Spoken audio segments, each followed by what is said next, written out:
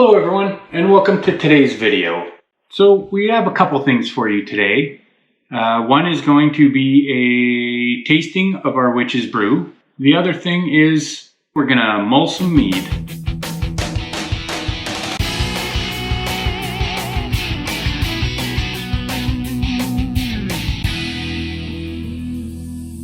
Witch's Brew. It's one that's like packed full of intentions.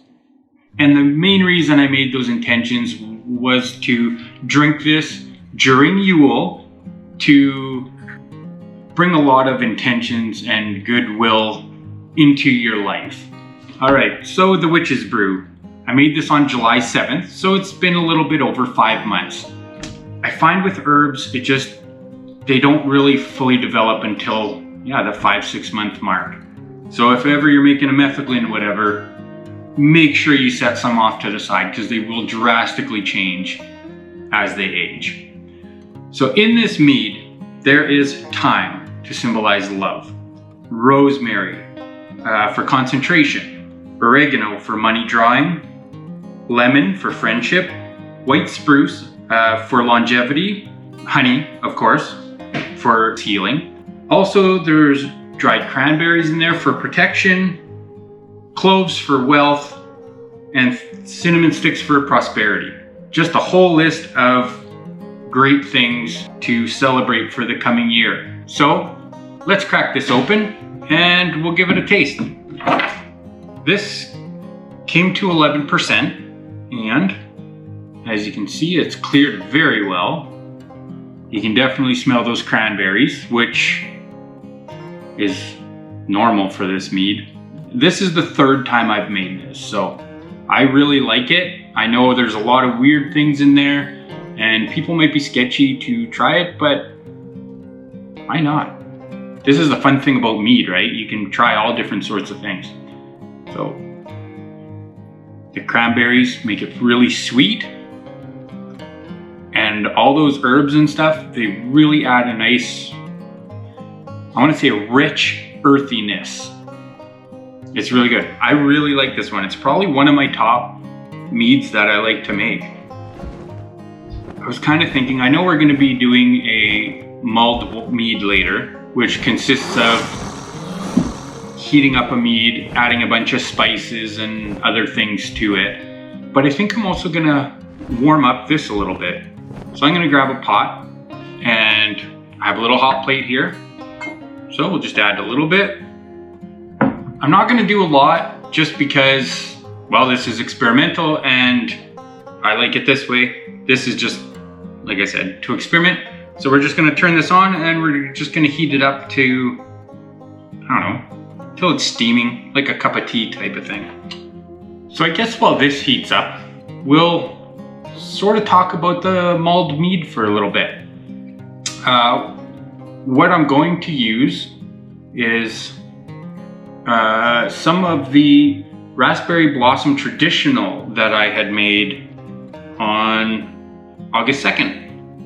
This is a 14.18%. So I did a lot of research for the mulled mead, and I looked at a bunch of different recipes. There's all sorts and different variations of it. So I just kind of picked one and went with that.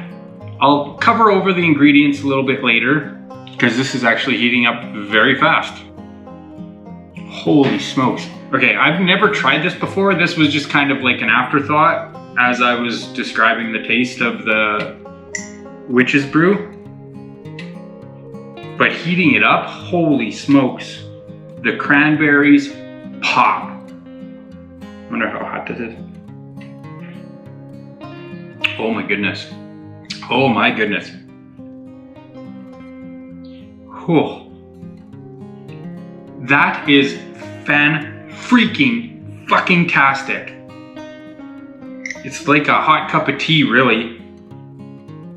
But obviously with 11% alcohol in it. This almost makes me wish I was sick, because I feel like it would just make me feel so much better. This is fantastic. I am going to have to make another batch of Witch's Brew just to always have on hand, because Damn. Oh, ooh. Oh yeah, that's good. Okay. Whew. I am very warm. That does the trick. But time for that mulled mead. As I said, we're gonna use my Raspberry Blossom Traditional. Why did I pick this one? I don't honestly know, I just picked it. I'm sure depending on the type of mead you use, it'll have a different outcome. We are going to crack this open. For our mulled mead, you need 750 mils of a mead. Like I said, going through the different variety of recipes, they're all kind of relatively the same. Some of the ingredients kind of boggled my mind because they're pretty potent spices. Some of them I just couldn't get my hands on, the whole versions of them. So I had to go with the ground, so it's probably gonna turn out pretty cloudy, but whatever, the flavor should be the same, I would like to think.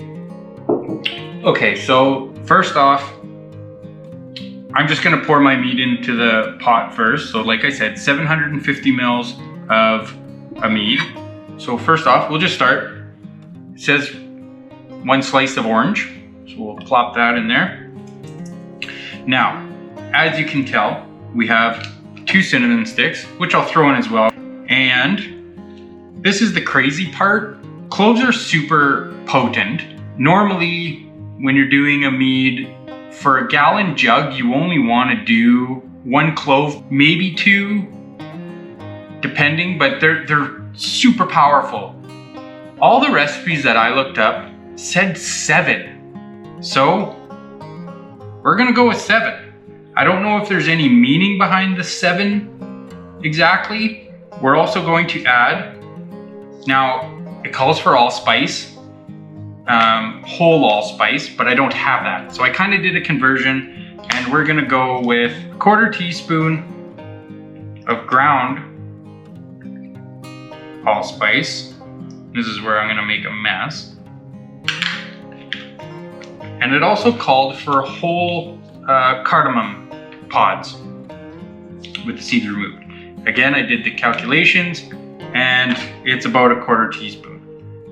If you had whole cardamom or allspice, it says to use 5 of each. Something else we also need that I forgot to grab is black peppercorns. There we go, 5 black peppercorns. And I'm gonna just tie up this little sachet right now. There we go, that should be good. Now, I'm going to turn this on, bring all these things to a boil, turn it down, and then let it simmer for 30 minutes. You don't want to keep it at a boil because then obviously you'll boil off all your alcohol. Now, while we're waiting for that, the one last ingredient we have to throw in, actually there is one more that we add after this is done, but we'll wait till later to discuss that, is fresh ginger root. So this was peeled and sliced, a 3-inch piece of ginger, but whatever. So we have that all here. Again, I'll just plop those in my little spice bag. Now I'm gonna enjoy some of my heated up witch's brew while we wait. All right, I'm just gonna pour some in my cup. Just got a ladle, I'm just gonna kind of go on the side here. Here's to something new. And there is, as I said before, there is one more thing they suggest to add. A shot of amaretto per cup. So I guess we're gonna do that. I know other ones have you add brandy into the pot or brandy and apple juice, but from what I looked up, they say amaretto. So what I'm going to do is I'm gonna try it just like this, and then we'll add the little, it says to do a shot of amaretto per glass, then I can get a comparison. So you can really smell that ginger. This is really hot. So, well, here we go. That is like eating a Christmas dessert, like I want to say like an apple pie almost. It's really good, I enjoy it. All right, now let's try with that amaretto. Actually, I don't have a full cup in here, so we'll go with half. I'm guessing this is just gonna add a nutty flavor to it. Oh yeah, now you just smell the amaretto and a little bit of that ginger. That is really good. And I can see why they drank this on cold winter nights.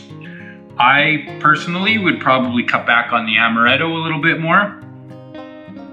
Maybe I just added too much for how much I had in my cup because, well, I'm using a coffee cup, so it's hard to tell how much I had in there. But I must say, that is really, really good.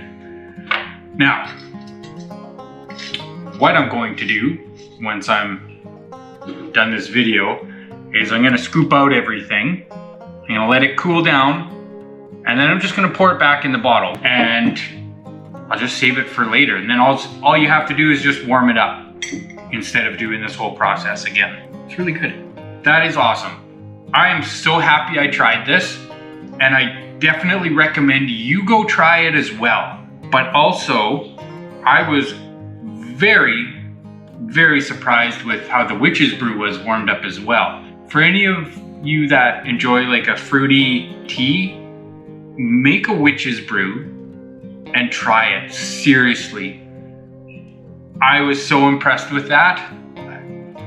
I'm gonna go make another batch of the Witch's Brew very, very soon actually, because that surprised me. So now would be the perfect time to do it, so that way it's ready perfectly in time for Yule next year. Plus, the Witch's Brew is filled with good intentions. This is what I designed it for. I'm going to finish both of these because they're both delicious. And thank you for watching. I hope you enjoyed today's video because I know I sure had a lot of fun with it. It was very interesting to me. Other than that, that's all I have for you today. So please like and subscribe and have a fantastic Yule or Christmas or holiday season, whatever you want to call it. I hope it's fantastic for you. Cheers.